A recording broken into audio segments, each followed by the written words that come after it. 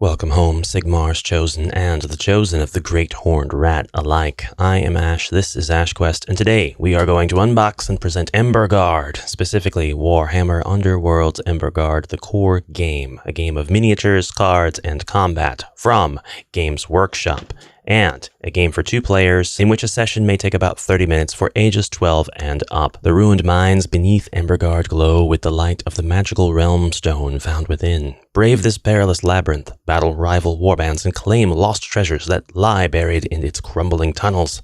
Warhammer Underworlds is a fast-paced board game of miniatures, combat, and cards. Muster your warband, unleash cutting ploys, upgrade your warriors, and lead them to victory. This is not generally a miniatures combat type of channel. We do dungeon crawling here, but Warhammer Underworlds has really been my exception in that I find the warbands fascinating. I find the concept of the hexes fascinating. I know that other games have done it as far as skirmish and arena, but more than that, I think that the ploy cards and the upgrade cards and the different abilities and inspirations or inspirational forms of the different fighters lend themselves very well to dungeon crawl mechanic homebrew inspiration. That's on the back burner. First off, let's unbox Emberguard, which is the de facto most current, most legal, as of the time of this video at least, this little 5-minute window, season and edition of Warhammer Underworlds. It's the game to get if you are going to get into Underworlds for current tournament play. First things first, we have the rulebook, and it is a refined rulebook. Underworlds has gone over a few years, several years of different seasons, and each season has had to have an iteration of the rules presented to new players, and this is the most refined edition of all. Although I will say, that's not for nothing. There are people that are quite turned off by the seasonal format and quite turned off by the many rule changes that have gone into effect since the very beginning. Emberguard was supposed to be a new hope. It was supposed to be the city that defined the new Oxian frontier, the gateway to the east of the Great Parch, and a cornerstone in the ever-expanding empire of Sigmar's folk. Strange how fate can spin off its axis with such awful swiftness. When the hour of ruin struck, when chaos drove its claws into the Parch and twisted it to a breaking point, Emberguard was right at the edge of the apocalypse. Warped magics blasted it into oblivion. From every broken building rose struts and spars, like curled fingers begging for deliverance from the uncaring powers beyond. But even a spent fire may see some embers linger, and so it is with Emberguard. Beneath the city shakes a crumbling warren of mining tunnels lit by a furious orange glow, a light that betrays their vast natural deposits of emberstone, the realm stone of Akshi, and a prize beyond measure. The tales of this arcane bounty have spread far indeed. Into the darkness now creeps many a delving warband, determined to claim the hordes of Emberstone for themselves. The Skaven, vile ratmen, whose machinations lay behind the destruction of the city, are no doubt the most insidious. They tunnel through the scorched mine shafts with insane relish, gleefully turning their rock-breaking devices into flesh-shredding weapons. But the ratmen are not unopposed. The Stormcast Eternals roam through the darkness, yet they know they cannot restore the city, only punish its murderers. Now Emberguard's mines echo once more to the Ring of Steel, though this time it is not rock that will be splintered, but flesh and bone. And hence we have moved away from the lost city, trapped between the realms of light and dark, Shadespire. We are now fully into a new setting. Well, okay, so all of the different Underworlds settings are a little bit different, but they're all kind of linked, right? They're all a little bit adjacent, and now we are in a truly different zone. This is what your typical game setup will look like, with one player having their fighter cards here and their war scroll card, as well as having access to their tokens proprietary to their fighters, their objective cards, and their power cards, and another player having the exact same layout on the other side, although kind of inverse. So chess mode, you'll keep all of your generic and raise tokens nearby, your guard and stagger tokens, your move and charge tokens, your damage tokens, your glory point tokens, and your dice. It's a skirmish game that shouldn't take any more than like 30 minutes to play, and that's because you have 3 rounds to get everything done. At the end of 3 rounds, the winner is the one who has scored the most glory points. Sometimes that does mean killing your enemies, but more often than not, you get to control, to a degree, how you earn those glory points through objective cards. And if you've heard the term deck building, that's because you can, to a degree,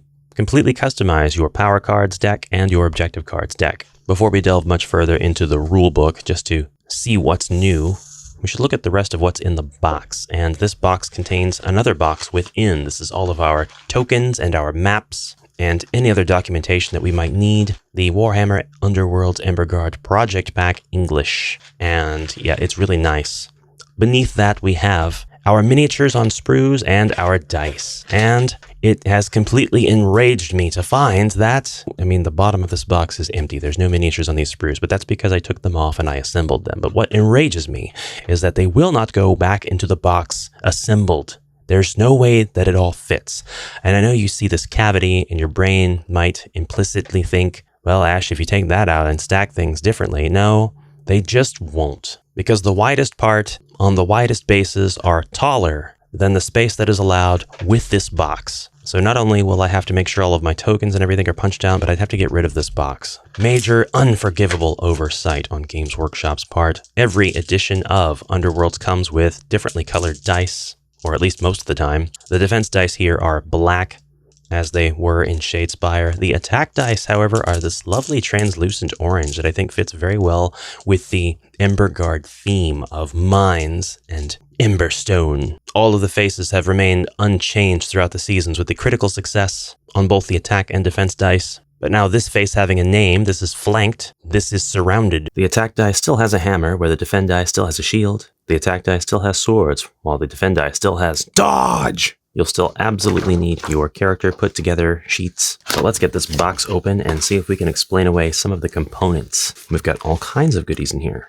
Our tokens, these are our glory points, our wounds, our move tokens, our guard tokens, and on the opposite side, our stagger tokens and our charge tokens. Sorry, this should be charge, this should be stagger. I have just been informed by the rulebook that these are not called defend dice, these are called save dice. Attack and save. These are turn tokens, these are raise tokens. These are called feature tokens. And on the opposite side of the raise tokens, we have what are called generic tokens. Our damage and glory point tokens are now multiple denominations. Not only do we have the 1s, but we also have 2s and 5s. You've noticed the feature tokens have the same appearance on the backside, and that is because they are to be kept secret until they are flipped on the board. We have a quick start guide that will teach you how to play quickly with minimal details, and 2 war scroll cards, one for each warband. We have the board, and it's a big one, a quadfold board that is double-sided instead of the game coming with 2 bifold double-sided boards. All of the hexes are traversable spaces, with starting hexes being marked by the Underworld's skull, with the exception of blocked hexes, which are outlined in white. They're all outlined in white. This one's a little bit heavier white. And there are also stagger hexes. These hexes along the edge are called edge hexes. I imagine they have a definition because it will become relevant in the rules. The Underworld's decks have gotten a facelift since the last time we looked at them, way back in Shadespire, with all of the cards having their defining features now in completely different places, and pretty much all art replaced with pictures of the models. I've heard complaints about this, but I don't hate it because I think that it still takes an artistic eye to not only paint the models, because of course they're going to paint them, but arrange them and then photograph them suitable for the circumstances of the card and the context of that card. At any rate, we have the move characteristic, the save characteristic, the health characteristic, and the bounty characteristic for each character, as well as the fighter name in multiple languages, and rune marks, which will tell you from what warband and what edition this fighter hails or originates. Along the bottom, we have at least 1 attack, sometimes more. Looks like all of the Emberwatch have 2 attacks. This starts with the ranged characteristic, followed by the dice symbol. You have a higher chance of rolling hammers than you do the crossed swords. How many dice you can roll for this specific attack, and if the attack lands, how much damage will it incur upon your enemy? How many wounds? If applicable, there will also be weapon ability rune marks. There are 4 decks included with Emberguard, and this giant protective hunk of, I'm not even sure, it's corrugated, advanced darkness cardboard. First off, we have Zigget's Tunnel Pack, featuring Zigget, Ritak, Crititok, it's like critical attack, Niche, and Tick Tick, who is indeed just a little rat scurrying about with a bomb on its back. Every fighter has an inspired side to their cards, and it is to that extent we will show the inspired Zigget, inspired Ritak, inspired Crititok, inspired Niche, inspired Tick Tick. Usually when they are inspired, they will have some sort of boost to one of their abilities or statistics. In this way, Tick will gain a higher attack chance with instead of having to rely on the single die face of the crossed swords for a guaranteed attack other than the critical attack symbol. Inspired Tick can now rely on rolling either of the hammer symbols, granting a higher chance of a successful attack. The Ember Watch include Ardorn inspired, Farasa inspired, and Uric.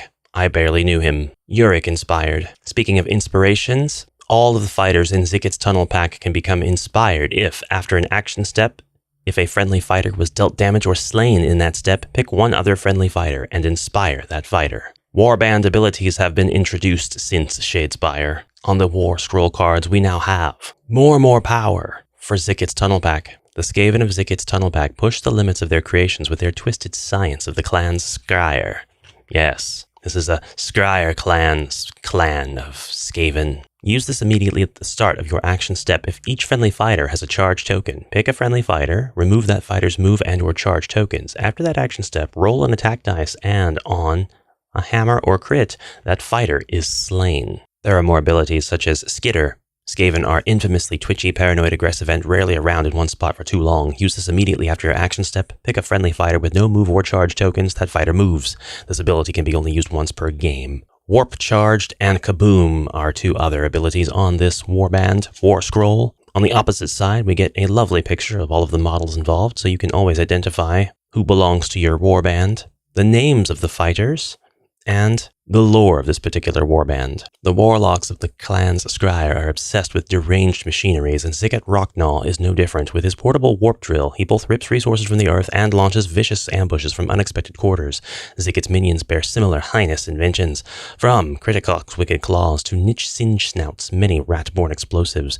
Most deadly, however, is Redhack Verm, who pilots his kill wheel to careen headlong into the foe, warp grinder whirring. The Ember Watch, however, has their own set of abilities, but who cares? Because if I have the option of playing Skaven, I'm going to play Skaven 100% of the time, even if it's a losing battle. That's my rock when we play rock, paper, scissors. Yes, you could cover the rock, but I'm always going to pick rock. That gets in your head because you think, now this time he's going to pick scissors, and so you pick rock and then we tie. But then you think, oh, well, he thinks I'm going to think that he's picking scissors and I'm going to pick paper. And then I pick rock and you win. Anyway, here's Wonderwall. Now, instead of like the Zikit's Tunnel Pack deck and the Ember Watch Stormcast Eternals deck, we have rival decks. Ember Watch comes with 4 such rival decks, and after choosing their Warband, War Scrolls, and Fighter cards, proprietary to that Warband, each player will choose a 32-card Rivals deck. These are all pre-built decks, and either of the Warbands here can pick any of the 4. Emberguard comes with Blazing Assault, Pillage and Plunder, Emberstone Sentinels, and Countdown to Cataclysm. These are ready-to-play Rivals decks, so no deck building is necessary. However, each one will still have its listed objective cards and power cards just in case you decide to do a little bit of shuffling around later. Each Rivals deck will have 12 objective cards and 20 power cards, and no 2 objective cards can be the same,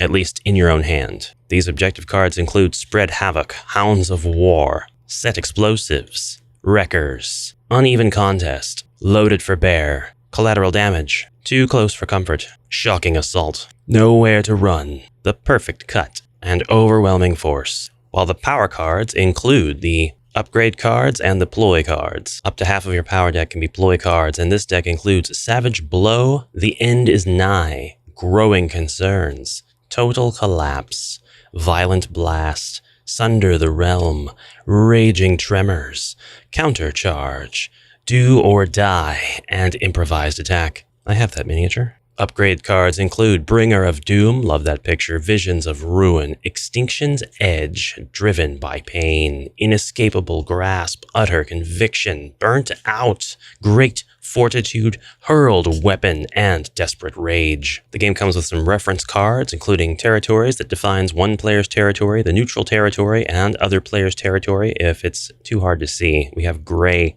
hexes here that dot along the center. They are non-adjacent. So once this board is opened up, it actually doesn't matter what the orientation is. Both sides of the card have you prepared for both orientations of the board, or all 4 sides. This middle row of hexes is now the neutral territory in a 2-player game. If the board is oriented this way, then these 5 non-adjacent hexes are considered neutral territory, or no one's territory. The same holds true for the opposite side of the board. Combat sequence is outlined on this card, core abilities is here, and explanation for roll-offs and setting up on this card, as well as turns in a battle round, and then the turn sequence, action step, power step. But I think we're ready to look at the miniatures, more like the maxiatures. Some of these minis are huge. Farasa, and this time we don't have any lovely lore to read about this specific character. I have no idea who Farasa is. I guess I can make up my own lore. Farasa, twice risen, is a silent and merciless killer with her paired blades. That's all we get. We have Ardorn, fantastically detailed miniature in an excellent scale, perfect for showing off all of the details, but this is also an attribute of the wonderful sculptors at GW, and these miniatures are push fit. They don't require any glue. They come off of the sprues and you can simply push them together. I am advised to use glue, and I can see where there are some circumstances where I would want to, but after putting these guys together and playing with them for quite a bit and gently trying to pry at them to see what would happen, I can confidently say that I don't need glue the vast majority of the time. In fact, I think that there was only one exception to this the entire time I was putting together these miniatures. Uric has what I would describe as a great crossbow. This is an awesome weapon. It is really, really cool. Folds in the cape, by the way, and the tears at the edge, as well as the detail in the fur, just perfect. We have dynamic poses everywhere. Nobody is just waiting around for combat. They are actively engaged. They are actively attacking or counterattacking the enemy. Next up, we're going to go check out Zicket's Tunnel Pack. And here is the titular Zicket. He is zicketing along. He has infernal warpstone technology. I can only imagine that they're using warpstone. His tail is wonderfully detailed. I don't know what you want. You can see each of the individual segments. The doodads and greeblies all over his backpack are interesting to look at. The classic silhouette of the Skaven is respected here, with the claws outstretched and the mouth open in a mousy roar. Squeak! I'm just gonna show you Tick Tick. Tick Tick is such a good rat. He's so good. Look at him. Such a good boy. Carrying this bomb, doing what he's supposed to do. To drop this bomb off and run back and get another bomb. Ideal pet right here. Kritatalk has got some stuff going on here. He has massive scissor blades that are both facing the same way. Not going to be very efficient at cutting. He's very much Edward Scissorhanding his way here, or Edward Scissor Clawing, I suppose. He's got this sniffer enhancer, this constant source of perhaps warpstone that he gets to snoof just all day, becoming more and more twisted, perhaps more mutated. I love the detail of the fur on this miniature. Perhaps it's just oxygen. Really, I might be misjudging him very, very poorly. He's got oxygen. He's in the mines. He has to be able to breathe. Ash. This is Niche, and he ain't no snitch. If you cross him, you could end up in a ditch. He's awesome. I've got no notes. I've got no complaints. He's a rat. He's getting ready to throw something. He might be using it as a light source for now, or he might have enhancements in his mask that allow him to see stuff. But the Stormcast Eternals did not get the same kind of commentary from me at all. But I will say out of fairness that I think that they all look pretty fantastic if you're into the Stormcast Eternals. But I do really, really like the mega crossbow here. And finally, my favorite and yours, Ritak. Ritak is piloting the Doom Wheel. Sorry, this is a kill wheel. There's a difference. I think the Doom Wheel is much, much bigger. Much more destruction with a Doom Wheel. But this is a kill wheel, and it looks like it would do a fine job at whatever its namesake is. You could see that this might be a situation where I need to glue, because there's a little bit of movement in the head here, and there should be none at all, none whatsoever. There we go. I just squeezed it together. Now that movement is gone. Might wiggle loose over time, and maybe that's why people like to use the glue. You can tell me in the comments below. I will take no offense. Love this sculpt. It does encroach off of the base, of course, but this doesn't matter because the hexes in this game make sure that there's not going to be crowding. I don't care how big your miniatures are, they're just not going to crowd. As before, you might be thinking that the more miniatures you have, the better your warband. That's not the case here. Underworlds is extremely balanced, and Each player must take it in turns to perform an action with one of their miniatures. Larger warbands typically will have lower stats, meaning if they start getting wiped out, they're going to be easier to continue wiping out. Opposite player is going to do paper every single time. The rulebook goes on to give you Warband and Rivals deck primers, explaining the different decks and the kind of playstyle that each one caters to. You might have heard of the terms strike or take and hold or mastery or flex, and these are all playstyles. If you really like take and hold decks, then you might be a take and hold kind of player. But starting from the next steps after you've become familiar with Emberguard and wanting to continue your journey into Underworlds, if you're wanting to stay tournament legal, each Warhammer Underworlds warband comes with unique characteristics and rules with a distinct way to play. The Seraphon Warriors of the Jaws of Itzel are a grand bulwark against those who would disrupt the plans of their slan masters. Others, like Grandfather's Gardeners, just the worst name for a warband ever. I thought it was terrible when I saw it. I still think it's terrible now. Have completely unique mechanics, the plague cycles that these daemons of Nurgle nurture requires them to defend treasure tokens and slay enemies in equal measure. These are two completely different playstyles of warband, but they will pair well or not so well with certain Rivals decks, and each Rivals deck introduces new tactics, strategies, and playstyles to your games of Warhammer Underworlds. Any Rivals deck can be used with any warband, unlocking deadly new potential for your fighters. Rivals decks each have a playstyle that gives you an idea of how the deck is best used and which warbands synergize with it. Strike decks reward attacking the foe and charging into the fray. Take and hold decks encourage controlling the battlefield and holding treasure tokens. Mastery decks introduce unique goals to accomplish that change the way you play the game, and flex decks are usually a combination of two or more of these playstyles. Once you've chosen a Rivals deck, simply open it, shuffle the cards, and jump right into playing the game. We have a section on organized play, and I do want to comment on this. Playing Warhammer Underworlds is a social experience, and while it can be enjoyed at home with friends and family, many players attend tournaments known as clashes, or join leagues at a local gaming store to play games with new opponents regularly. Clashes and leagues are a great place for players to compete for glory, make new friends, and win prizes. Warhammer Underworlds uses organized play formats to structure events and provide a balanced experience among participants. These formats are available to download for free. Anyway, you won't get the meta on this channel. Meta meaning most efficient tactic available. Meta is actually an acronym if you didn't know that, but it's used shorthand to just be acceptable as just the word. Anyway, we don't concern ourselves with strategizing and building the perfect warbands. I'm more interested in experimentation. Going into tournament play means I would get absolutely destroyed every single time, and that's fine. I think that I would have fun regardless. But we will be doing a little bit of rule bending and homebrew and such on this channel over time. So I've given that warning in the Shadespire unboxing video. I want to give it here just in case this video attracts any new viewers. I do wish very, very much that I could put all this stuff back in the box without really mixing up and kind of destroying some of the contents. I really like this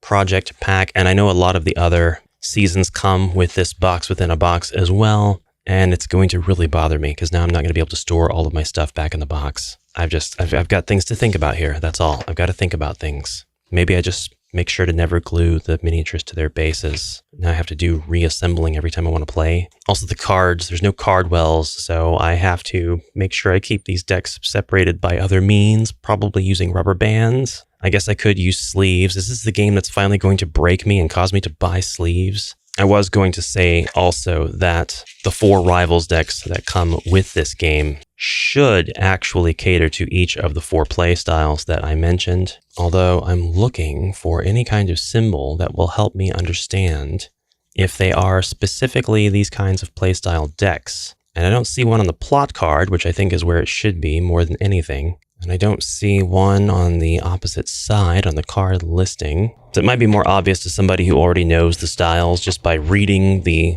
plots, even what style of Rivals deck each one is, which playstyle they're for. But I am interested in exploring that a lot more and trying to figure out which playstyle that I like the best. We've got a lovely index of rune marks and symbols here at the very end. And yes, this game is host to a variety of different game mechanics such as cleave, ensnare, fly, grapple, stagger, and more. As for the final part of this video, I would be repeating myself, but I did want to explain why this has such a hold on me, and a lot of it has to do with not really the deck building aspect as much as the actual just basic rules of combat. You could probably give me the exact same hand of objective and power cards every game, and I would be content because I really like the inspiration of units or fighters, and I really like the combat as it plays out, even without consideration to the deck building at all. I love the dice that come with this game. I mean, they are awesome. Every face is relevant. Not in every situation, mind.